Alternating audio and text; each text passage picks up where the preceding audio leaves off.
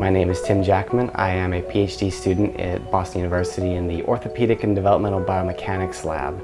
Our project seeks to understand how spine fractures develop. The very common fracture that's seen clinically is somebody bending over to pick up something heavy and they overload, say, the front of their spine, and they would create what's called a wedge fracture. These wedge fractures are fairly difficult to replicate in an experimental protocol like this.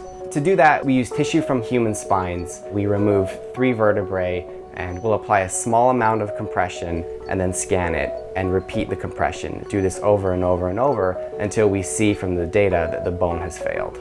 It's been really fascinating to get data from actual human tissue that we've loaded and broken and to see what happens every time we do.